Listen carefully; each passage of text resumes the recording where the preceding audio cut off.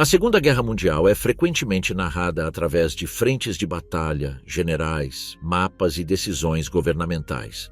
No entanto, o conflito prolongou-se, dia após dia, em milhões de lares onde a guerra não se manifestava como uma ofensiva ou uma retirada, mas como uma fila maior na padaria, uma cama vazia, uma janela tapada com tábuas ou uma criança enviada para longe da cidade. A este nível menos visível, a experiência feminina foi decisiva. Sem o trabalho, a administração e a adaptabilidade das mulheres, a máquina de guerra e a própria sobrevivência civil teriam sido impossíveis de manter. Este documentário reconstitui de forma analítica e cronológica a vida de uma mulher europeia, centrando-se no caso de uma alemã urbana, desde os anos que antecederam o início do conflito até as décadas que se seguiram. Não se trata de uma biografia individual verificável, mas sim de uma síntese representativa baseada em padrões documentados: política de gênero, organização do trabalho, racionamento, bombardeamentos, evacuações, ocupação, reconstrução e memória.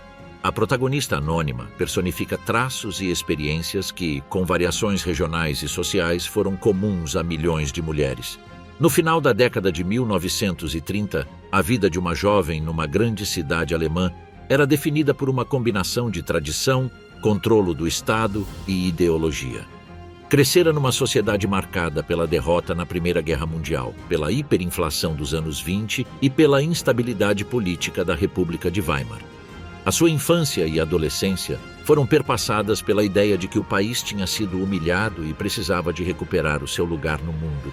Quando o novo regime chegou ao poder em 1933, ela tinha talvez entre 15 e 20 anos, idade suficiente para se lembrar da insegurança anterior, mas suficientemente jovem para ser moldada pela propaganda. O Estado reorganizou a sua vida sem a sua permissão. Nas escolas e organizações juvenis, repetiam-se mensagens sobre o papel natural da mulher: esposa, mãe, guardiã do lar. A maternidade era exaltada como um dever patriótico e a fertilidade estava diretamente associada à força da nação. O ensino secundário para mulheres enfatizava as competências domésticas, a higiene, os cuidados infantis e a disciplina. O acesso ao ensino superior e às profissões liberais existia, mas sofria obstáculos ideológicos e práticos. A pressão social impulsionava-o para empregos considerados femininos, como a enfermagem, o secretariado ou o ensino básico. No mercado de trabalho, a sua experiência foi limitada por políticas contraditórias. Por um lado, o regime proclamava que o lugar da mulher era no lar e desencorajava as mulheres casadas de trabalhar, sobretudo em certos sectores. Por outro lado, a economia em expansão exigia mão de obra, particularmente na indústria ligeira, no comércio e na administração pública. Assim, muitas mulheres trabalhavam, mas faziam-no sob condições de hierarquias rígidas, salários mais baixos e expectativas claras de que deveriam deixar os seus empregos quando casavam ou tinham filhos. A propaganda enfatizava que o seu trabalho era secundário, um complemento, mesmo quando os seus salários eram cruciais para o sustento da família. No cotidiano, o controlo manifestava-se não só através de leis, mas também através de associações, organizações de bairro e redes informais de vigilância. As mulheres participavam em aulas de culinária, encontros de mães e atividades desportivas e culturais organizadas de cima para baixo.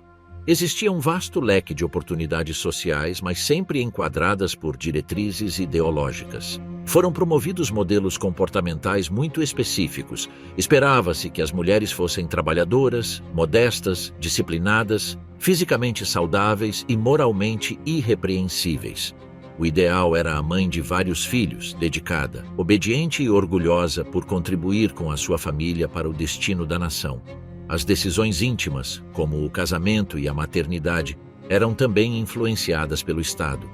Havia incentivos financeiros para casais jovens, empréstimos para casamento condicionados à saída da mulher do emprego e prêmios simbólicos para mães com muitos filhos. As políticas de higiene racial perpassavam as práticas médicas, os cartórios de registro civil e as instituições de assistência social. As mulheres podiam encontrar algum apoio material nestes mecanismos, mas também eram submetidas a exames, formulários e juízos morais sobre a sua aptidão para fazer parte do corpo nacional. No bairro, a sua rotina diária combinava tarefas domésticas e trabalho remunerado. lavava roupa à mão ou em lavandarias comunitárias, comprava alimentos frescos diariamente devido à falta de refrigeração doméstica generalizada, cozinhava com recursos limitados e tratava da organização da casa em espaços muitas vezes apertados. O tempo livre era escasso e, quando existia, era mediado pelo acesso ao cinema, à rádio, aos jornais e aos eventos públicos. O entretenimento não era neutro. A rádio transmitia discursos, marchas e cinejornais cuidadosamente editados. Nos cinemas, os filmes escapistas coexistiam com documentários e cinejornais que reforçavam a narrativa oficial. As mulheres não constituíam um grupo homogêneo. As suas experiências variavam de acordo com a classe social, a formação religiosa, a etnia e a posição política anterior. Algumas, sobretudo as de origem operária, valorizavam a aparente estabilidade e a redução do desemprego. Outras, particularmente nos meios intelectuais, artísticos ou de oposição política, viveram a época como uma sucessão de renúncias, exílios e silêncios forçados. Para as mulheres judias, por exemplo, a mudança significou a exclusão progressiva da vida pública, a perda de empregos, a impossibilidade de estudar e o aumento da violência cotidiana muito antes do início da guerra. A vigilância estendia-se até à vida privada do casal. Comentários imprudentes sobre o regime podiam ter consequências se caíssem em ouvidos errados. A mulher aprendeu a escolher cuidadosamente as suas palavras em público, a distinguir entre o que podia ser dito nas reuniões oficiais e o que só podia ser discutido em voz baixa à porta fechada. A autocensura passou a fazer parte da educação emocional. Ensinar às crianças o que não repetir fora de casa tornou-se uma estratégia de sobrevivência. Entretanto, o país rearmava-se rapidamente. A presença de soldados, fardas e desfiles militares estava a tornar-se comum nas ruas. Para muitas jovens, o uniforme exercia um certo fascínio e prestígio. As relações com os soldados e oficiais do regime podiam abrir portas profissionalmente ou materialmente, mas também acarretavam riscos de dependência e estigmatização futura. A militarização do espaço público redefiniu o que era normal. Ver colunas de recrutas a marchar, ouvir discursos sobre sacrifício e guerra, participar em cerimônias patrióticas obrigatórias passou a fazer parte do calendário anual. A ameaça iminente de guerra ainda não era uma certeza, mas estava sempre presente nos discursos, nos noticiários sobre a anexação de territórios vizinhos e nas conversas nos transportes públicos. A mulher ouvia falar de fronteiras, queixas históricas e reivindicações territoriais enquanto organizava a despensa, costurava roupa para os filhos ou ajudava os pais idosos. Decisões importantes eram tomadas longe da sua cozinha ou da sua secretária, mas os seus efeitos impactariam diretamente o seu cotidiano. O início da guerra, 1939 a 1940. Quando a guerra começou, uma das primeiras mudanças concretas foi a mobilização de homens em idade militar. Maridos, irmãos, namorados e colegas de trabalho receberam ordens para se apresentarem nos quartéis ou centros de recrutamento.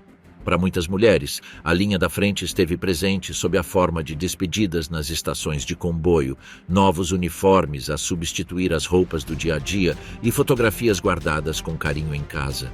A composição familiar alterou-se. As famílias passaram a ser chefiadas por mulheres, idosos e crianças, enquanto os homens aptos para o serviço militar foram incorporados no exército. O Estado tentou apresentar esta separação como parte de um sacrifício partilhado. As mulheres eram chamadas de soldadas do lar, responsáveis por manter a retaguarda. A ideia de que cada mulher tinha um papel na comunidade da aldeia foi reforçada através de discursos, panfletos, reuniões organizadas por associações femininas e visitas de funcionários do partido aos bairros.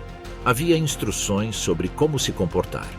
Não reclamar em público, não espalhar boatos, não manifestar dúvidas sobre o sucesso militar, escrever cartas de apoio aos soldados e manter a disciplina em casa. Na vertente econômica, o racionamento foi introduzido gradualmente. Os cartões de racionamento tornaram-se artigos essenciais nas bolsas das mulheres. Cada compra de alimentos básicos era registrada com cupons. A tarefa de gerir os cupons de desconto, decidir o que comprar e quando, como combinar ingredientes escassos, o que substituir e como esticar as porções, recaía quase exclusivamente sobre ela. A cozinha tornou-se um espaço de cálculos constantes. Quantas doses restavam até o final do mês? Como compensar a falta de certos produtos com substitutos de qualidade inferior? O mercado de trabalho feminino começou a reorganizar-se. Em alguns setores, a ida dos homens para a linha da frente criou vagas que tinham de ser preenchidas. As mulheres que já trabalhavam viram as suas horas ou responsabilidades aumentar. As que antes se dedicavam exclusivamente ao lar foram incentivadas ou pressionadas a assumir trabalhos auxiliares, voluntariado ou atividades remuneradas em serviços essenciais.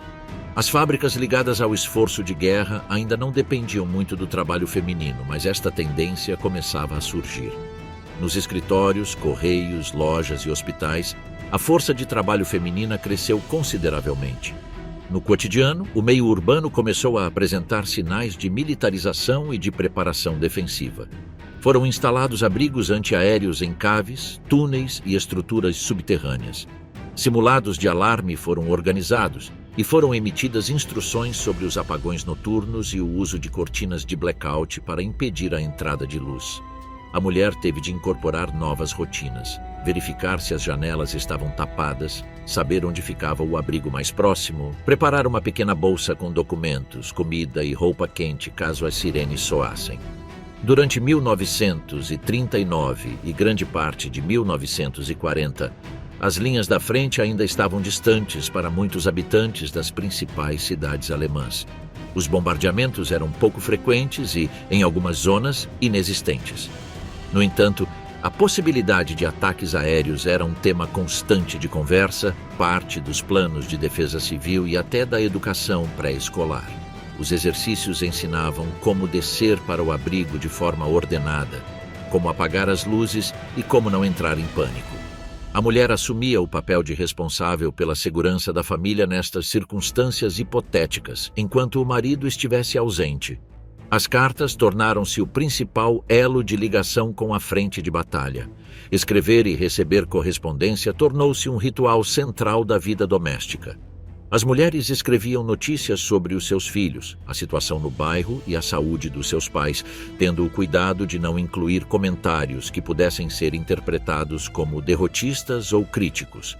Em troca, quando a censura e a logística o permitiam, recebia descrições restritas da vida militar, pedidos de pacotes contendo alimentos, roupa quente ou artigos pessoais. Gerir o tempo e o dinheiro para enviar estes pacotes era mais uma tarefa acrescentada às suas responsabilidades. No bairro, as redes informais de apoio começaram a fortalecer-se. Os vizinhos que antes mal se cumprimentavam passaram a partilhar receitas para cozinhar com ingredientes substitutos, a trocar cupons de racionamento e a revezar-se no cuidado das crianças quando alguém precisava de estar em filas longas ou ir a repartições públicas. A organização feminina tornou-se um recurso crucial para compensar as deficiências do sistema. Ao mesmo tempo, esta mesma rede podia servir como canal de vigilância e denúncia. Comentários imprudentes eram repetidos, distorcidos e, eventualmente, chegavam aos ouvidos de pessoas ligadas ao partido. As diferenças sociais tornaram-se mais evidentes na forma como as pessoas lidaram com os 2 primeiros anos da guerra. As mulheres das classes média e alta tinham poupanças, contactos, casas maiores e acesso privilegiado a determinados bens. Podiam contratar empregadas domésticas, recorrer a agricultores ou tirar partido das extensas redes familiares. As mulheres da classe trabalhadora, por outro lado, estavam muito mais dependentes dos fornecimentos estatais e do mercado regulado e sentiram de forma mais aguda a redução das rações e o aumento dos preços no mercado paralelo. Para as mulheres pertencentes a grupos perseguidos, a guerra acelerou processos de exclusão que já estavam em curso. As mulheres judias, por exemplo, foram destituídas dos seus empregos, forçadas a mudar-se, sujeitas a constantes restrições de circulação e legalmente rotuladas como não pertencentes à comunidade nacional. A guerra proporcionou o contexto para a radicalização destas políticas e para as tornar menos visíveis para o resto da população, preocupada com os seus próprios problemas cotidianos. As mulheres politicamente dissidentes ou ligadas a grupos de oposição passaram também a correr maior risco de prisão, interrogatório e vigilância. A nível emocional, os primeiros anos do conflito combinaram uma certa continuidade da rotina com uma crescente sensação de incerteza. As mulheres tinham ainda de acordar cedo, preparar o pequeno almoço, levar os filhos à escola, ir trabalhar ou tratar da casa. Mas todas as atividades eram permeadas por notícias de ofensivas, mapas afixados em paredes públicas, boletins de guerra transmitidos pela rádio e rumores de baixas. A morte deixou de ser um termo abstrato e passou a chegar sob a forma de telegramas oficiais, avisos pelo correio ou silêncios prolongados vindos da frente de batalha. O calendário familiar, anteriormente marcado por celebrações religiosas, aniversários e eventos locais, passou a ser sobreposto por datas de campanhas militares, discursos importantes e alterações nas regulamentações de racionamento. As mulheres tiveram de ajustar as suas expectativas em relação ao futuro imediato. A decisão de ter mais filhos, mudar de cidade, prosseguir os estudos ou aprender um ofício passou a ser condicionada por um contexto que já não podia ser considerado temporário. A guerra, que a princípio foi vista como uma fase limitada, começava a tomar a forma de um novo paradigma de vida. Em termos materiais, o racionamento tornou-se mais rigoroso e sistemático. O que inicialmente fora uma adaptação desconfortável transformou-se num modo de vida. As mulheres aprenderam a planear os menus com base no que estava disponível e não no que desejavam. Produtos que antes eram comuns, como o café verdadeiro, o chocolate ou certos tipos de carne, tornaram-se esporádicos ou foram substituídos por alternativas de qualidade inferior. A composição do pão mudou de acordo com as misturas de farinha disponíveis, a gordura animal passou a ser medida em gramas e a fruta fresca tornou-se um luxo sazonal. As filas em frente às lojas passaram a fazer parte da paisagem urbana. Organizar o tempo de espera nas mesmas tornou-se mais uma competência. A relação com o trabalho mudou silenciosamente. À medida que mais homens eram enviados para a frente de batalha e as necessidades militares aumentavam, a procura de mão de obra feminina também crescia. As mulheres que já trabalhavam viram as suas tarefas intensificadas, mas também perceberam que certas barreiras se afrouxavam. Foi chamada a ocupar cargos em gabinetes técnicos, transportes, serviços postais ou na administração de empresas ligadas à produção bélica. A retórica oficial continuava a exaltar o ideal da mãe e dona de casa, mas as necessidades práticas apontavam noutro sentido. Esperava-se que as mulheres sustentassem simultaneamente o lar e segmentos cada vez maiores da economia. O tempo tornou-se mais denso. O dia típico combinava levantar cedo, preparar o pequeno almoço com rações limitadas, levar os filhos à escola, trabalhar várias horas fora, ou dedicar-se a tarefas domésticas que se tornaram mais complexas, enfrentar filas em lojas e repartições públicas, escrever cartas para a frente de batalha e, frequentemente, participar em atividades organizadas por associações de mulheres ou instituições do partido.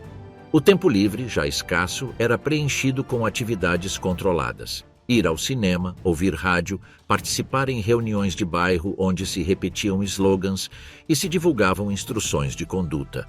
A expansão da Guerra para Leste, com a invasão da União Soviética em 1941, teve efeitos concretos no seu cotidiano, mesmo que a nova frente estivesse a milhares de quilômetros de distância. Em primeiro lugar, aumentou a pressão sobre os recursos. O envio de homens, armas e mantimentos para uma campanha prolongada por um vasto território multiplicou as exigências sobre a produção e o transporte. Em segundo lugar, aumentou o fluxo de notícias, rumores e relatos fragmentados, cartas de familiares destacados no leste, comentários sobre o clima extremo, doenças, combates brutais e o tratamento da população local. Estes elementos coexistiam com a versão oficial, que insistia no progresso contínuo e minimizava as dificuldades. Na sua própria cidade, a presença de trabalhadores forçados e prisioneiros de guerra começou a tornar-se visível. Homens e mulheres de países ocupados, vestidos com fardas e sob vigilância, apareciam nas fábricas, oficinas, caminhos de ferro e obras públicas. A mulher podia cruzar-se com eles a caminho do trabalho ou do mercado e perceber, na medida do possível, a diferença entre a sua situação e a desses estrangeiros subjugados. As informações detalhadas sobre o sistema de trabalho forçado e os campos de concentração não faziam parte do seu conhecimento oficial. O que ela via eram fragmentos, grupos escoltados, barracões nos arredores da cidade, restrições ao contacto. As crianças começaram a crescer imersas numa mentalidade completamente militarizada. As mulheres observavam a educação dos seus filhos impregnar-se de slogans sobre disciplina, sacrifício e obediência. Os rapazes eram preparados para a futura vida militar, as raparigas para a maternidade e papéis de suporte. As organizações juvenis ofereciam atividades desportivas, acampamentos e rituais de pertença que reforçavam a identificação com o Estado. O papel da mãe era o de equilibrar, se assim o entendesse, estes programas oficiais com as normas domésticas que tinha aprendido com as gerações anteriores. O respeito pelos mais velhos, a religiosidade ou os valores familiares, nem sempre alinhados com a ideologia dominante. O controle social intensificou-se. As denúncias, a vigilância mútua e as expectativas de conformidade ideológica fortaleceram-se à medida que a guerra se prolongava. As mulheres sabiam que os comentários críticos sobre a condução do conflito, a situação na frente de batalha ou o tratamento das minorias poderiam ter consequências se repetidos perante pessoas ligadas ao partido ou à polícia. Este clima de cautela afetou também as relações entre amigos e vizinhos. A confiança precisava de ser construída com prudência. As conversas delicadas eram reservadas para espaços íntimos e muitos optavam pelo silêncio em questões políticas. Entretanto, os primeiros ataques aéreos significativos contra cidades alemãs começaram a abalar a sensação de relativa segurança na retaguarda. Embora os bombardeamentos em massa ainda estivessem num futuro próximo, o som das sirenes de ataque aéreo já não era apenas um exercício teórico. A mulher teve de pôr em prática o que tinha aprendido nas formações. Acordar as crianças à noite, enrolá-las em mantas, descer até ao abrigo com documentos e cartões de racionamento, esperar na penumbra enquanto as detonações soavam à distância ou mais perto do que o desejado. A experiência do medo físico e direto foi agravada pelo medo mais abstrato pelo destino dos entes queridos na frente de batalha. O equilíbrio entre a aparência de normalidade e a realidade da guerra tornou-se cada vez mais instável. Os negócios continuaram a funcionar, os elétricos circulavam pela cidade e os cinemas continuavam a exibir filmes, mas por detrás desta fachada, a vida era marcada pela escassez, ausência e incerteza. Até mesmo espaços de lazer, como cinemas ou cafés, estavam impregnados de propaganda. Cinejornais que mostravam triunfos militares, discursos inflamados de líderes e imagens cuidadosamente selecionadas da vida em territórios ocupados. A mulher podia sentir um alívio momentâneo ao sentar-se numa poltrona escura, mas o conteúdo do que via continuava a lembrá-la de que a guerra estruturava a sua existência. Guerra total, a profunda transformação na vida das mulheres europeias. A partir de 1942, a expressão guerra total deixou de ser uma fórmula retórica e passou a ser uma realidade palpável na vida das mulheres. Economicamente, o racionamento atingiu a sua forma mais rígida. Os cartões de racionamento foram divididos em categorias mais precisas: trabalhadores essenciais, pessoal ligado à indústria bélica, crianças, idosos e doentes. A mulher teve de compreender as diferenças entre cada tipo de cartão de racionamento, aprender a ler detalhadamente as instruções impressas e adaptar os menus domésticos a esta complexa hierarquia de necessidades. A prioridade alimentar passou a ser para os soldados e trabalhadores considerados estratégicos. Restante população teve de se adaptar a porções mais pequenas e a produtos de qualidade inferior. As filas tornaram-se mais longas e o número de dias em que certos alimentos simplesmente não estavam disponíveis aumentou. A cozinha tornou-se um centro de gestão econômica e técnica. As mulheres aprenderam a aproveitar cada pedaço de comida, a usar substitutos industriais como gorduras vegetais em vez de manteiga, café de cevada ou chicória, salsichas com alto teor de farinha e a inventar receitas que disfarçavam a monotonia dos ingredientes. O tempo despendido nestas tarefas aumentou não só devido à escassez, mas também devido à complexidade do planeamento baseado no imprevisível. Entregas incompletas, mudanças repentinas nas regras de distribuição, dias em que as lojas não recebiam mercadorias. Em paralelo, o trabalho feminino entrou numa fase de expansão qualitativa. O que antes era uma participação significativa, mas ainda assim parcial, tornou-se uma componente central do sistema produtivo. As fábricas que produziam armamento, munições, componentes mecânicos, têxteis especiais e equipamento militar incorporavam um número crescente de mulheres. A jornada de trabalho tendia a prolongar-se, os intervalos eram reduzidos e a intensidade do ritmo de trabalho aumentava. As mulheres que anteriormente desempenhavam funções administrativas ou no comércio podiam ser transferidas para os departamentos de produção, controle de qualidade ou operação de máquinas ligeiras. O Estado interveio também na organização da família.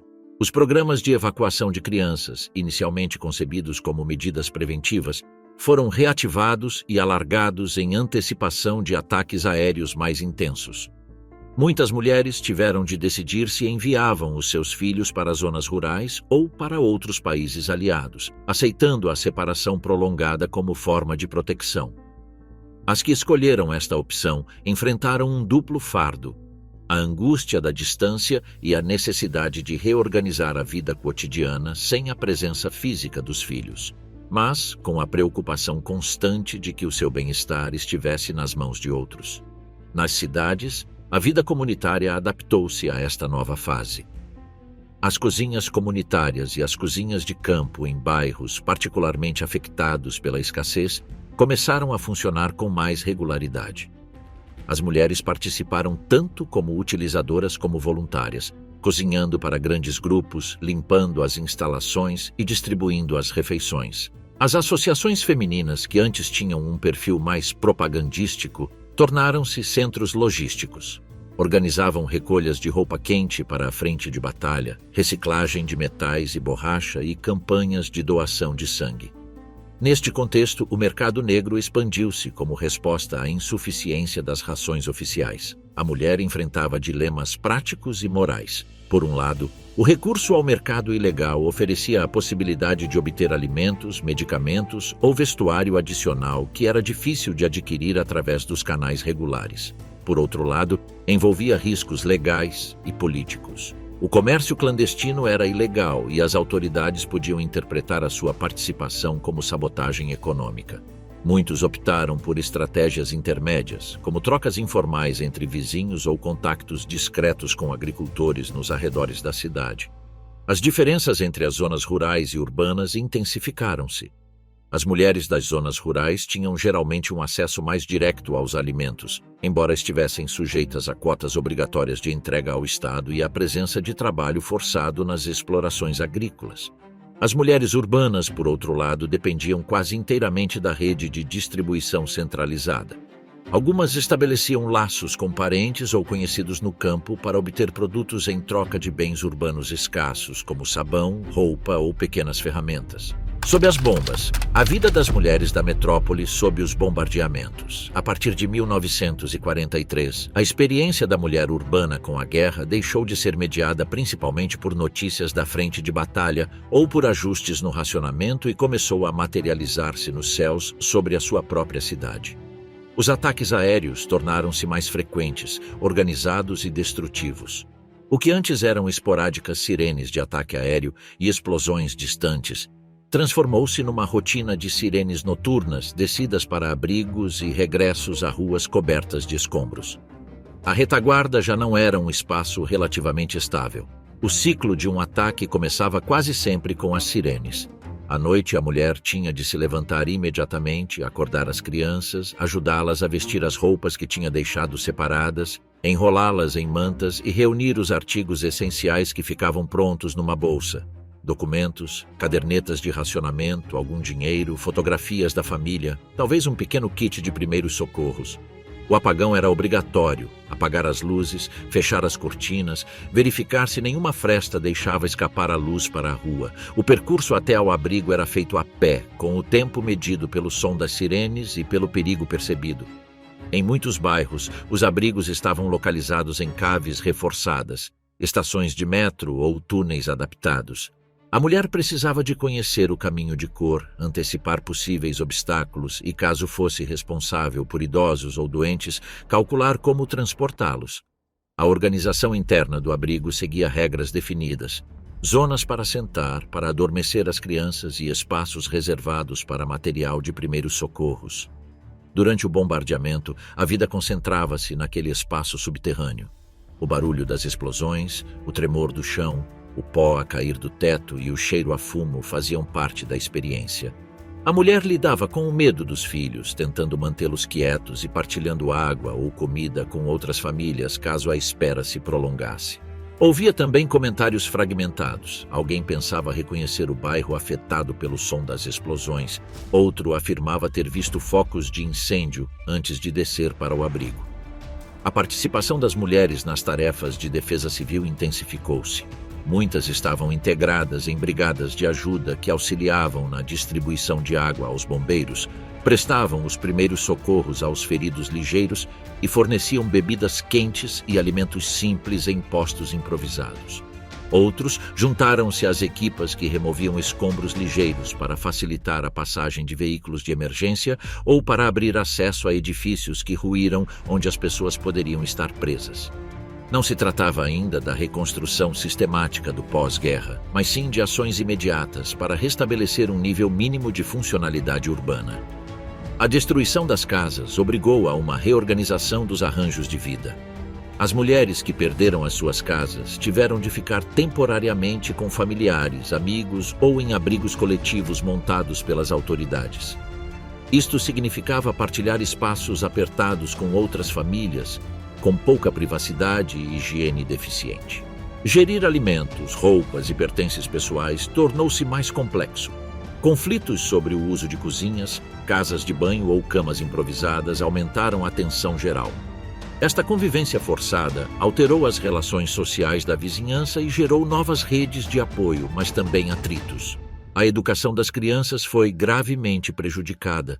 Os edifícios escolares foram danificados, destruídos ou utilizados para fins militares ou administrativos. As autoridades organizaram as aulas em turnos reduzidos em espaços alternativos ou, em alguns casos, suspenderam as aulas por longos períodos. A mulher teve de compensar esta interrupção, assumindo uma maior responsabilidade pela educação doméstica, ao mesmo tempo que lidava com o impacto psicológico da guerra nas crianças. Pesadelos, medo do escuro, sobressaltos perante ruídos altos. No final de 1944, muitas cidades tinham sofrido vários ciclos de destruição parcial. A mulher vira desaparecer prédios familiares, lojas do dia a dia e praças onde as crianças brincavam. O seu mapa mental da cidade mudou. Já não estava organizado apenas por ruas e monumentos, mas por zonas seguras e inseguras, por abrigos conhecidos e por rotas de fuga. Ao mesmo tempo, um número crescente de refugiados das regiões orientais, deslocados pelo avanço da frente de batalha, começou a chegar à cidade. Mulheres e crianças de outras zonas, transportando poucos pertences, juntaram-se à população local. Partilhando os espaços e recursos limitados, a administração civil apresentava sinais visíveis de deterioração. Os escritórios que anteriormente lidavam com licenças, racionamento ou documentação estavam sobrecarregados ou simplesmente encerrados devido à falta de pessoal. Funcionários importantes foram convocados para o serviço militar, transferidos para posições em declínio ou simplesmente desapareceram. A mulher, habituada a lidar com procedimentos burocráticos para obter alimentos, habitação ou assistência, deparou-se com escritórios fechados, horários reduzidos e respostas evasivas. Ao mesmo tempo, a presença das autoridades militares e das agências de segurança interna aumentou, com ordens cada vez mais drásticas. Neste contexto, surgiu o apelo a uma defesa desesperada do território. As campanhas de recrutamento da Volkssturm, uma milícia popular composta por homens demasiado jovens ou demasiado velhos para o serviço regular, alteraram a composição das famílias. Os pais que tinham sido dispensados por causa da idade e os jovens que ainda não tinham sido enviados para a frente de batalha receberam ordens para se juntarem a unidades improvisadas. A mulher assistiu, mais uma vez, à partida de familiares que lhe tinham dado apoio prático e emocional em casa. Desta vez, a sensação de vulnerabilidade era mais aguda, faltavam armas, treino e uma estratégia clara. O abastecimento alimentar entrou numa fase crítica. As rotas de transporte foram danificadas ou interrompidas, os comboios passaram a ser priorizados para fins militares e as regiões produtoras foram ficando cada vez mais próximas das zonas de combate. As rações oficiais, já reduzidas, sofreram novos cortes. A mulher viu-se em lojas praticamente vazias, à espera em filas que terminavam com a notícia de que já não havia mais nada para distribuir, e obrigada a depender quase na totalidade do mercado negro ou dos poucos carregamentos que ainda conseguia receber do interior. A sua dieta restringia-se a pão de má qualidade, sopas aguadas, pequenas porções de substitutos gordurosos e vegetais quando os conseguia encontrar. A deterioração física tornou-se evidente. A perda de peso, a fraqueza e as doenças relacionadas com a desnutrição espalharam-se entre adultos e crianças. A mulher teve de priorizar a quem destinar as melhores porções disponíveis. Aos seus filhos em crescimento, aos idosos frágeis e a si própria, apenas o necessário para se manter funcional. O ato de cozinhar, que já era um exercício de gestão da escassez, tornou-se um esforço para transformar recursos mínimos em algo que pudesse sustentar, ainda que precariamente, a vida familiar. Ao mesmo tempo, a disciplina social começou a ruir. A autoridade estadual passou a ser exercida com mais rigor, mas com menos eficácia. As ordens para resistir até ao fim intensificaram-se, assim como as proibições de rendição e as ameaças contra quem manifestasse dúvidas. A mulher ouviu discursos que exigiam sacrifício total, mas viu sinais de desordem nas ruas. Pilhagens esporádicas, soldados em retirada em busca de comida e abrigo, confrontos verbais entre civis e representantes do partido. A discrepância entre a retórica oficial e a realidade cotidiana tornou-se cada vez mais difícil de ignorar. Nas zonas mais próximas do avanço dos exércitos inimigos, o medo tomou formas concretas. Histórias de violência, abusos e represálias espalharam-se rapidamente entre as mulheres, uma mistura de factos verídicos, boatos e exageros. A perspectiva de uma ocupação militar hostil levou a decisões extremas. Algumas famílias tentaram fugir para o interior, mesmo com as estradas intransitáveis. Outras optaram por ficar, na esperança de que a chegada de novas autoridades pusesse fim ao caos. A mulher teve de ponderar o risco de empreender uma viagem sem garantias de transporte ou alojamento contra o risco de permanecer numa cidade que se poderia tornar um campo de batalha. Em muitas regiões, a fuga transformou-se num êxodo em massa. Colunas de civis, com carroças carregadas de móveis e pertences, partilhavam as estradas com tropas em retirada e comboios militares. A mulher que embarcou nesta viagem carregava apenas o que podia suportar: documentos, algumas roupas, alguns objetos de valor que pudessem ser trocados por alimentos ou proteção, e se tivesse de cuidar de crianças ou idosos, o fardo adicional de os transportar em condições de frio, fome e exaustão. Mortes por exposição ao frio, doenças ou ataques a colunas de refugiados somavam-se às habituais ameaças da frente de batalha. Os que permaneceram na cidade prepararam-se para o combate urbano e para o colapso final. Os abrigos antiaéreos, que tinham servido de proteção contra as bombas, foram também utilizados como refúgio durante os combates terrestres.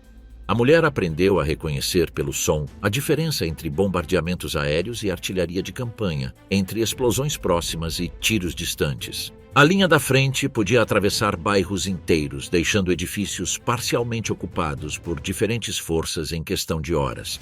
A violência física direta fazia parte desta fase. O risco de execuções sumárias, detenções arbitrárias e abusos contra as mulheres aumentou.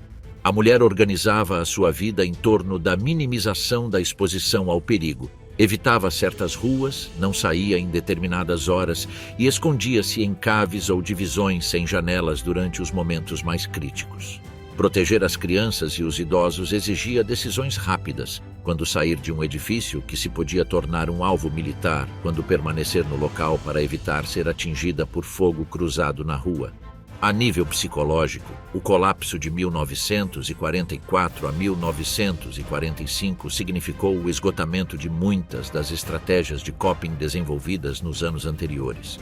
A capacidade de reorganizar a casa após cada bombardeamento, de encontrar rotas alternativas para o trabalho, de substituir a escassa comida, foi sobrecarregada pela combinação de destruição, fome extrema e experiência direta do combate. A mulher viu-se confrontada com a possibilidade real de perder não só a sua casa, mas também a estrutura básica da sua vida comunitária. Vizinhos dispersos, familiares mortos ou desaparecidos, instituições fechadas ou destruídas. O fim formal dos combates na sua região não se deu como uma cena ordenada de rendição, mas como um processo desigual. Em alguns locais, a resistência rompeu abruptamente. Noutros, continuou em focos isolados de combate. Para a mulher, os indicadores práticos eram a troca de fardas nas ruas, o anúncio de novas autoridades pela rádio e a presença de postos de controlo com soldados que falavam outra língua. Ao mesmo tempo, muitos símbolos do antigo poder desapareceram da noite para o dia. Bandeiras foram retiradas, retratos foram destruídos e escritórios do partido ficaram vazios. Uma falsa paz, a vida durante a ocupação e o período imediatamente a seguir à guerra. Com o fim dos combates, a mulher não encontrou a paz imediata, mas um novo tipo de instabilidade, a vida sob ocupação. A mudança era visível nas ruas. Soldados com uniformes estrangeiros patrulhavam os bairros, controlavam estradas e estações, instalavam postos de comando em edifícios públicos e requisitavam casas ainda habitáveis. A autoridade que durante anos emanou dos gabinetes do partido e das instituições do regime foi substituída por ordens noutras línguas, traduzidas irregularmente e aplicadas de forma desigual, dependendo da região e do exército de ocupação. O primeiro problema diário era o espaço. As cidades bombardeadas tinham muito menos habitações do que a sua população. Uma mulher que ainda tivesse um apartamento parcialmente intacto podia ver-se obrigada a abrigar outras famílias que tinham perdido tudo, ou militares a requisitar quartos. Isso significava partilhar cozinhas, casas de banho e dormitórios com estranhos, reorganizar os pertences para abrir espaço e abdicar de qualquer noção de privacidade.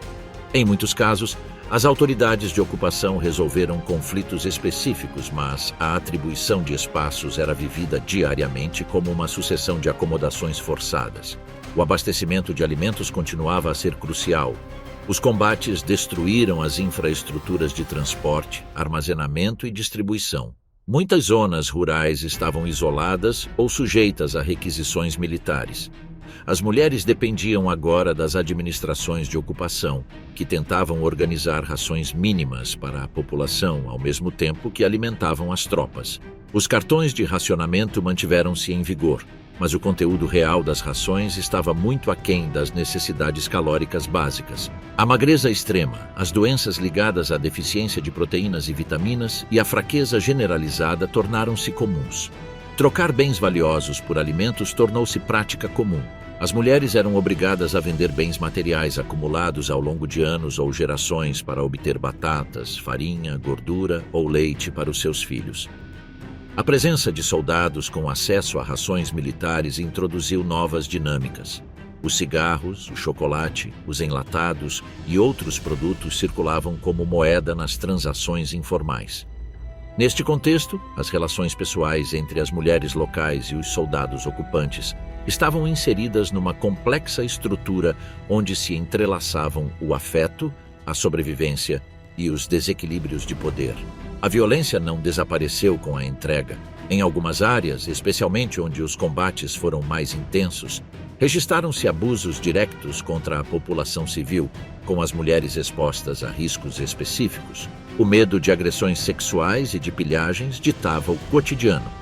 Evitar certas ruas e horários, não sair sozinha, permanecer em grupos em caves ou quartos interiores à noite.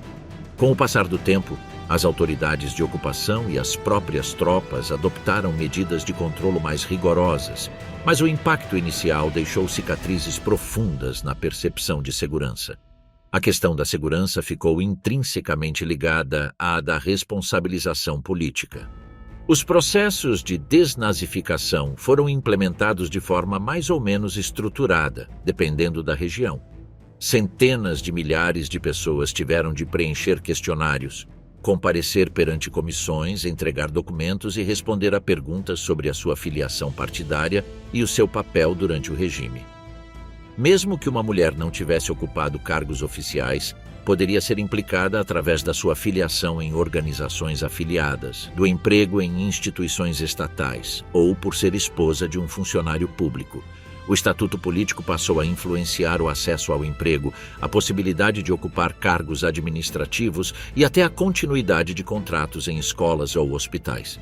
Entretanto, a estrutura familiar permanecia desestruturada. Muitos homens não tinham regressado, estavam mortos, prisioneiros de guerra em campos distantes ou simplesmente desaparecidos. As mulheres tiveram de aceitar que, por um período indefinido, a responsabilidade econômica e moral do lar recairia quase na totalidade sobre os seus ombros. No caso das viúvas de guerra, esta situação parecia permanente. A procura de informação sobre o destino dos maridos, filhos ou irmãos tornou-se uma tarefa complexa. Cartas para os serviços prisionais, visitas a centros de registro, leitura obsessiva de listas publicadas em jornais ou em murais de avisos. Os deslocamentos populacionais foram massivos. Milhões de pessoas foram expulsas ou fugiram de territórios que tinham mudado de soberania. Entre estas, um grande número de mulheres e crianças tentou realojar-se em cidades já sobrelotadas ou em vilas com recursos mínimos. A habitante local viu-se a partilhar filas, abrigos e mercados com recém-chegados que traziam consigo uma experiência de guerra diferente, mas necessidades semelhantes. Este contacto forçado gerou novas formas de solidariedade, mas também tensões em relação ao acesso a recursos escassos. Nas escolas, a reconstrução foi lenta. Edifícios danificados, falta de professores, alguns tinham morrido, outros tinham sido feitos prisioneiros e outros ainda tinham sido removidos em purgas, e a escassez de materiais significavam que a educação das crianças progredia a passos largos. As mulheres tiveram de colmatar as lacunas em casa, ensinando com os poucos livros que restavam, reutilizando cadernos antigos e improvisando material de escrita com o que estivesse disponível. Ao mesmo tempo, o conteúdo curricular estava a ser revisto. Símbolos, textos e slogans do regime anterior tiveram de ser removidos ou reinterpretados. A transição não foi instantânea nem homogênea. A vida religiosa e comunitária foi revitalizada de forma desigual. As igrejas e as comunidades encontraram um propósito imediato no cuidado dos famintos e dos sem-abrigo. Mulheres participaram na organização de cozinhas comunitárias, na distribuição de roupas e no cuidado de órfãos. Mas esta rede de apoio operava com recursos muito limitados. Muitos membros do clero e líderes comunitários também nutriam a sua própria ambivalência em relação ao regime derrotado, o que afetava a forma como abordavam publicamente o passado recente. As mulheres frequentavam estes espaços tanto em busca de alimentos e assistência prática, como para encontrar um mínimo de continuidade moral no meio da turbulência política. No setor da saúde, a situação era precária. Hospitais danificados, falta de medicamentos, surtos de doenças infecciosas e aumento de perturbações mentais faziam parte do cenário. As mulheres tinham de lidar com doenças menores em casa, com remédios caseiros ou tratamentos improvisados. O acesso a cuidados profissionais estava reservado para casos graves. O enfraquecimento geral, provocado pela fome, tornava mais perigosas as doenças que seriam relativamente benignas em tempo de paz. Cuidar de crianças doentes e idosos aumentava o fardo da procura de alimentos e da manutenção da casa. Apesar da devastação, começaram a surgir os primeiros sinais de reorganização a médio prazo. As autoridades de ocupação promoveram a reativação de certos serviços básicos, o restabelecimento de um transporte limitado e a criação de novas estruturas administrativas ou a renovação das existentes. As mulheres começaram a encontrar emprego nestas instituições emergentes: gabinetes de distribuição de alimentos, registros civis, comissões de habitação e serviços de saúde. Surgiram também oportunidades em empresas responsáveis pela remoção de entulhos, reparação de infraestruturas e reconstrução de edifícios. A força de trabalho feminina deixou de ser uma exceção temporária e passou a ser uma componente consolidada do processo de reconstrução. Com o passar dos meses, as relações com os soldados ocupantes tornaram-se menos uniformes. O receio inicial deu lugar a várias formas de contato: transações no mercado negro, acordos de troca de mercadorias, trabalhos de limpeza ou culinária em instalações militares e até laços afetivos ou casamentos. Uma mulher que estabelecia uma relação de proximidade com um militar estrangeiro podia ter acesso a recursos adicionais, mas também se expunha à desaprovação social e à estigmatização. especialmente quando a comunidade local a percepcionava como beneficiária de um tratamento privilegiado. Em termos emocionais, o período imediatamente a seguir à guerra não trouxe um alívio claro. Ao medo das bombas, juntaram-se outros receios, de escassez prolongada, de insegurança jurídica, das consequências das purgas políticas, do futuro dos filhos num país derrotado e territorialmente fragmentado. As mulheres encontravam-se numa situação paradoxal. Por um lado, o fim da guerra eliminava a possibilidade imediata de morrerem num ataque aéreo ou em combate. Por outro, expunha a magnitude das perdas acumuladas e a ausência de uma estrutura estável que pudesse apontar caminhos claros para o futuro. Contudo, mesmo neste contexto, começaram a surgir novas rotinas. Embora precárias, os dias recuperaram uma certa regularidade. Filas nos mercados, horários de trabalho definidos nos escritórios ou serviços, horários específicos para cozinhar com os alimentos disponíveis e períodos dedicados a ajudar nas tarefas comunitárias. As crianças regressaram parcialmente à escola. O transporte público retomou a operação em percursos reduzidos. Alguns comércios reabriram em instalações improvisadas.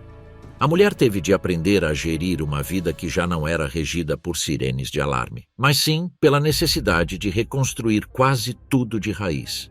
No final de 1946, a fase imediata de ocupação e pura sobrevivência começou a sobrepor-se a uma outra, na qual a reconstrução material e social se tornou um objetivo explícito.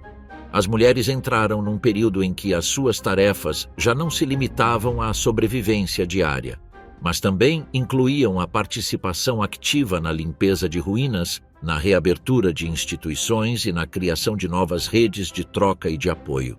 A partir do final da década de 40, a vida das mulheres na cidade começou a ser reorganizada em torno de uma palavra que até então tinha um significado abstrato: reconstrução.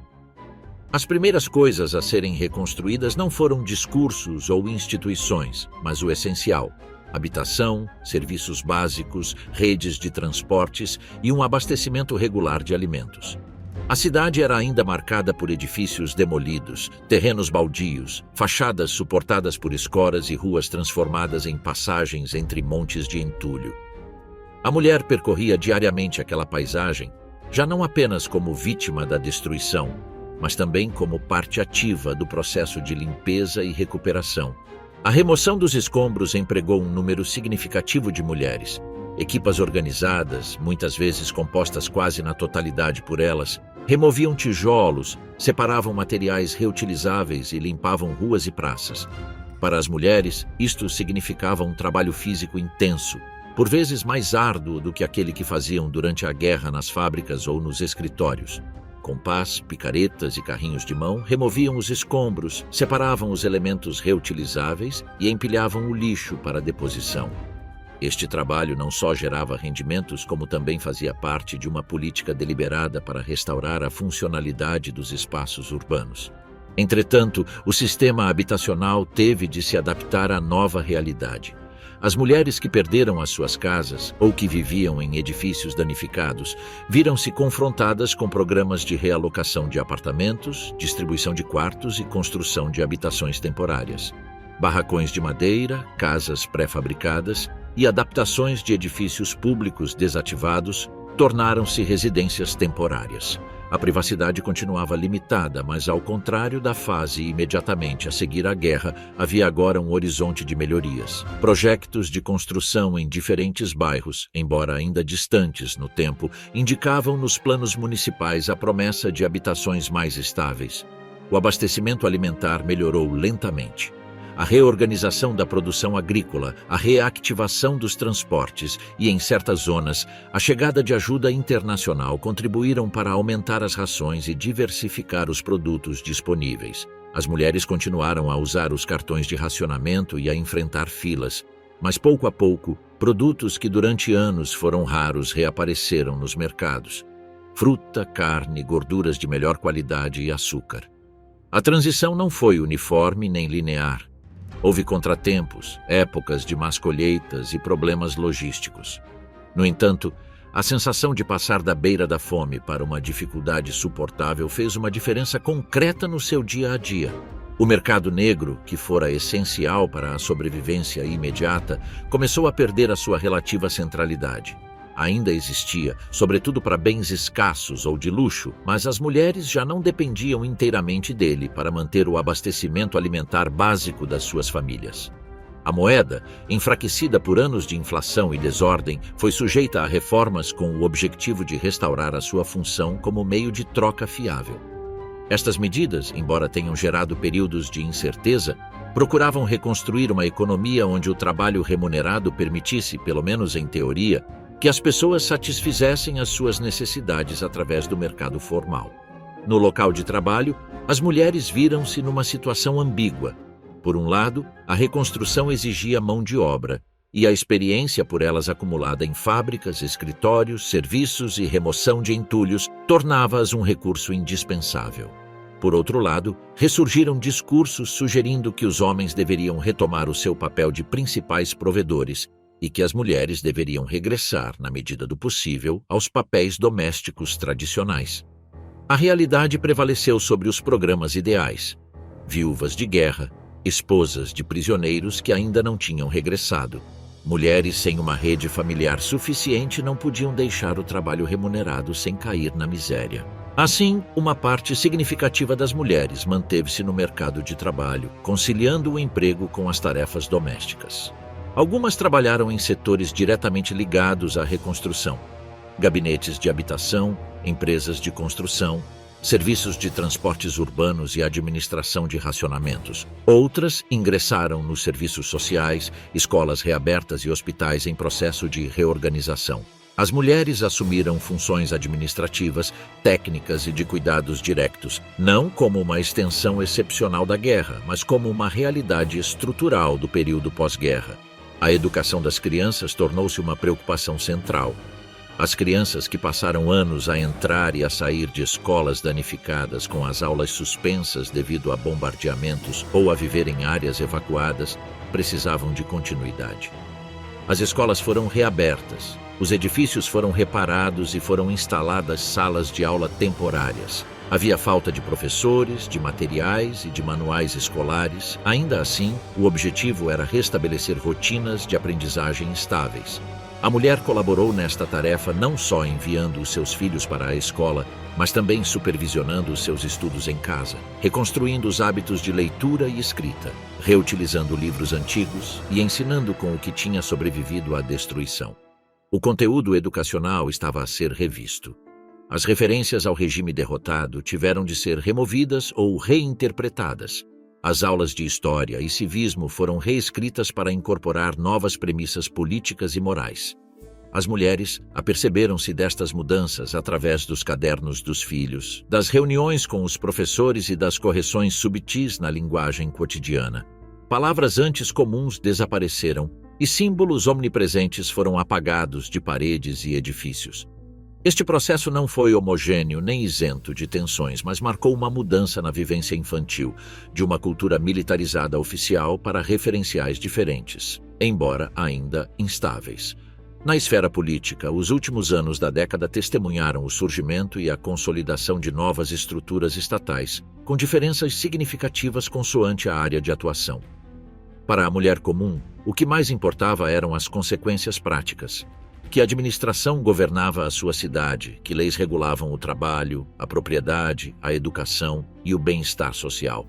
A participação política das mulheres, que até então era limitada, começou a expandir-se com o direito ao voto e a possibilidade de filiação em associações e partidos. Nem todas as mulheres optaram por se envolver ativamente, mas a simples existência desta opção representou uma mudança em relação ao período anterior. A vida religiosa e comunitária assumiu um papel renovado na reconstrução social. Igrejas, comunidades leigas e organizações de ajuda humanitária estabeleceram cozinhas comunitárias, centros de distribuição de roupa, creches e espaços de convívio.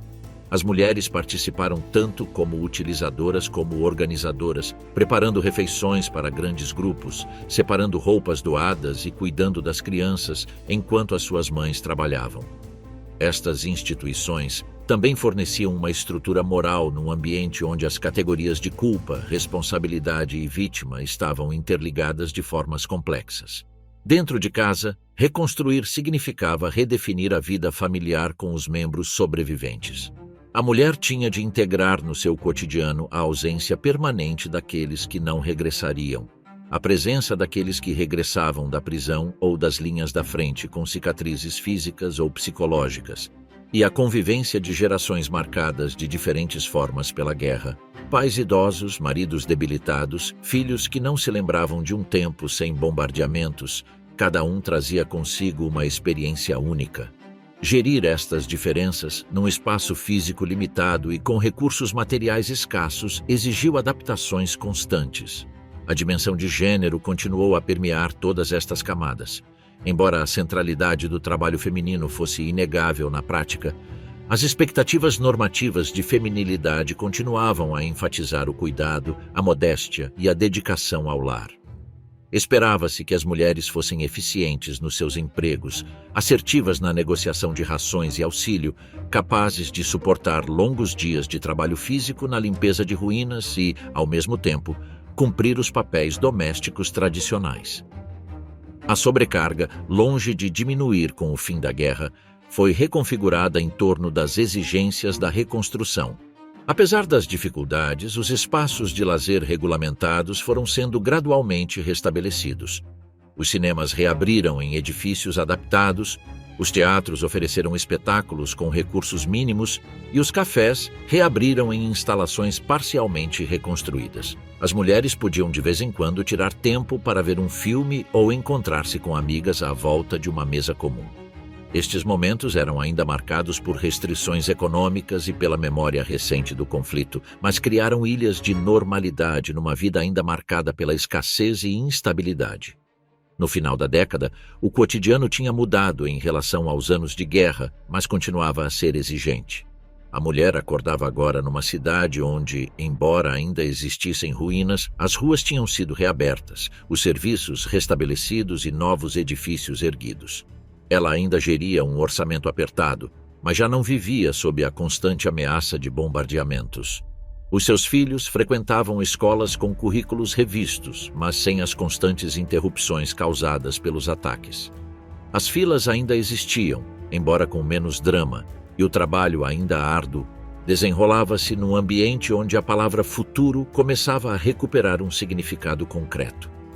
Neste contexto, começou a emergir uma outra camada de experiência, a necessidade de processar o que ela tinha vivido. A mulher carregava consigo anos de decisões forçadas, perdas, adaptações e silêncios. Enquanto varria uma rua recém-limpa, matriculava crianças numa escola reaberta ou servia comida numa cozinha comunitária, deparava-se mais ou menos conscientemente com a questão do que fazer com aquele passado, da experiência individual à memória coletiva, a partir da década de 50. Com o início da década de 50, a vida das mulheres que viveram a guerra e o período imediatamente posterior começou a desenrolar-se dentro de um novo contexto. O das sociedades que procuravam estabilizar-se e definir-se após a derrota e a ocupação. As prioridades públicas passaram da sobrevivência diária para a consolidação de sistemas políticos, econômicos e sociais relativamente estáveis. Neste processo, a experiência feminina da guerra, central na prática, tendeu a recuar para a esfera privada, enquanto a narrativa oficial se centrou nas batalhas, nas decisões dos líderes, nos processos legais e na reconstrução institucional. No seu cotidiano, as mulheres enfrentavam uma pressão crescente para se conformarem com papéis de gênero mais rígidos. A combinação de prosperidade econômica progressiva, políticas de habitação e expansão do consumo em alguns países fomentou o ideal da família nuclear, com o homem como principal provedor e a mulher como dona de casa dedicada. Existiam incentivos materiais e culturais para promover este modelo. Empréstimos imobiliários, publicidade que glorificava a imagem da esposa, a gerir um lar confortável e diretrizes comportamentais que propunham uma normalidade centrada na vida doméstica. No entanto, muitas mulheres que trabalharam durante a guerra e a reconstrução não puderam ou não quiseram abandonar completamente o emprego remunerado. Esta tensão foi resolvida de diversas formas. Algumas mulheres aceitaram abandonar o mercado de trabalho, sobretudo nas famílias onde o salário do homem era suficiente e havia pressão social para que a mulher se dedicasse à educação dos filhos. Outras mantiveram empregos a tempo parcial ou trabalharam em setores considerados apropriados, como o ensino, a enfermagem, o comércio e a gestão. De qualquer modo, a experiência de ter gerido a casa sozinha durante a guerra, de ter tomado decisões cruciais e de ter apoiado a família em situações extremas, continuou a influenciar a sua autoimagem, mesmo quando o discurso social tendia a minimizar esse passado. A forma como as pessoas falavam sobre a guerra foi reorganizada a vários níveis. No âmbito familiar, procurou-se um equilíbrio entre a memória e o silêncio. As mulheres que tinham experienciado bombardeamentos, fome, ocupação e perdas selecionavam quais as histórias a transmitir aos filhos nascidos após a guerra. Alguns episódios eram relatados em pormenor, enquanto outros eram omitidos ou mencionados indiretamente, sobretudo aqueles ligados a atos específicos de violência ou a decisões difíceis tomadas sob extrema pressão. Isto criou uma memória familiar fragmentada, onde as crianças cresceram sabendo que houve uma guerra, mas sem terem necessariamente acesso a toda a complexidade do que vivenciaram. Na esfera pública, as narrativas oficiais privilegiavam determinadas figuras: combatentes, líderes políticos e vítimas explícitas de perseguições e represálias.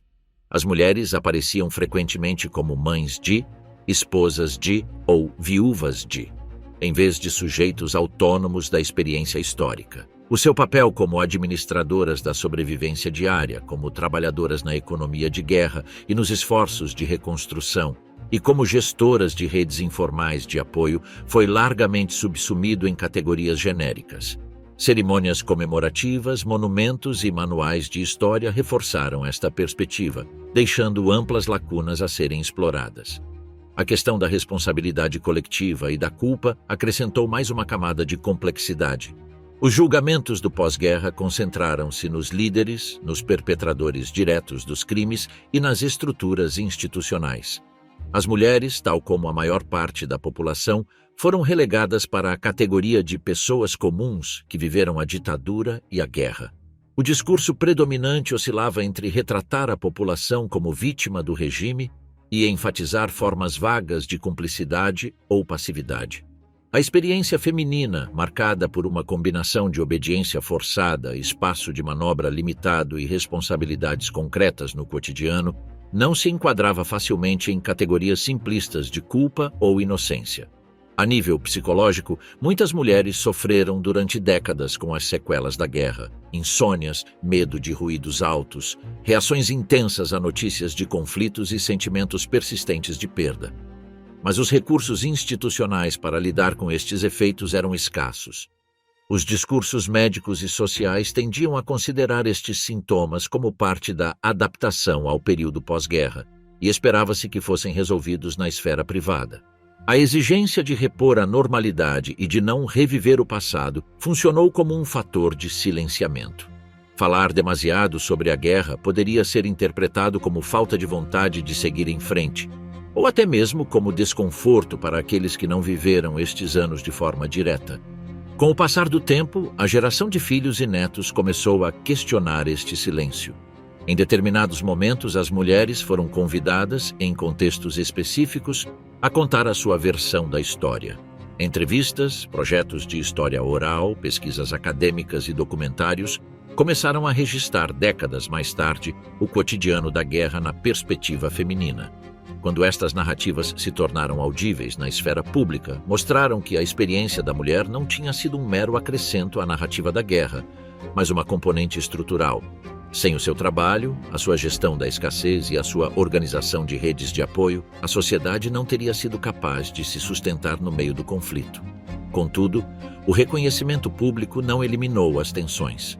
Os relatos das mulheres sobre a guerra, centrados em filas para comer, noites em abrigos, mudanças constantes de residência, educação dos filhos em ambientes violentos, trabalho em fábricas ou escritórios e reconstrução material, contrastavam fortemente com as narrativas heróicas ou trágicas ligadas às linhas da frente, à resistência ou à diplomacia. Para muitas, este nível de detalhe cotidiano parecia menos histórico do que os principais acontecimentos políticos e militares. A tarefa de integrar ambos os níveis coube aos historiadores, educadores e criadores culturais, que começaram gradualmente a incorporar a perspectiva de gênero nos estudos de guerra. A própria mulher, agora idosa, teve de decidir como lidar com este renovado interesse pela sua experiência.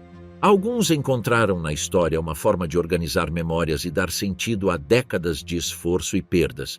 Outros mantiveram-se relutantes, acreditando que reviver o passado reabriria feridas que preferiam manter fechadas ou desconfiados de interpretações externas que pudessem simplificar demasiado a sua história. Em todo o caso, o processo de transformação da sua vida numa memória coletiva foi sempre parcial, seletivo e mediado por instituições com agendas próprias. Em paralelo, as mudanças na posição social das mulheres durante a segunda metade do século XX influenciaram uma reinterpretação do seu papel na guerra. À medida que os seus direitos se expandiram na educação, no emprego, na participação política e no acesso ao planeamento familiar, as novas gerações olharam para trás e reinterpretaram as experiências das suas mães e avós. A figura da mulher em tempo de guerra deixou de ser apenas a da dona de casa sacrificada para passar a ser também a da trabalhadora forçada a desempenhar múltiplos papéis sem reconhecimento, a gestora da sobrevivência familiar em contextos extremos e a principal transmissora de valores morais e práticos para os filhos. Em última análise, a vida daquela mulher que começou a guerra como jovem num regime autoritário e a terminou como adulta num país derrotado e ocupado, chegou ao fim num ambiente muito diferente daquele que conhecera na juventude. Ela testemunhou mudanças nos modelos políticos, nos enquadramentos legais, nas narrativas sobre o passado e nas expectativas de gênero. Muitos aspectos da sua experiência permaneceram inscritos em cartas preservadas, fotografias, objetos domésticos, memórias transmitidas oralmente ou silêncios significativos à mesa de jantar da família. Outros entraram, mais ou menos visivelmente, nos livros, nos arquivos e nas produções culturais. A forma como esta biografia específica foi integrada na narrativa geral da Segunda Guerra Mundial foi fragmentada e tardia. Durante anos, a história do conflito foi contada sobretudo a partir de perspectivas militares e diplomáticas. Só gradualmente a dimensão da vida cotidiana e dentro dela o papel específico das mulheres se foi incorporando. Ainda assim, o percurso desta mulher condensa elementos que nos permitem compreender a guerra na sua totalidade. Como um conflito global reorganizou a estrutura do lar, redefiniu os papéis de gênero, impôs decisões extremas e deixou uma marca indelével nas formas de recordar, falar e silenciar sobre o passado nas gerações posteriores.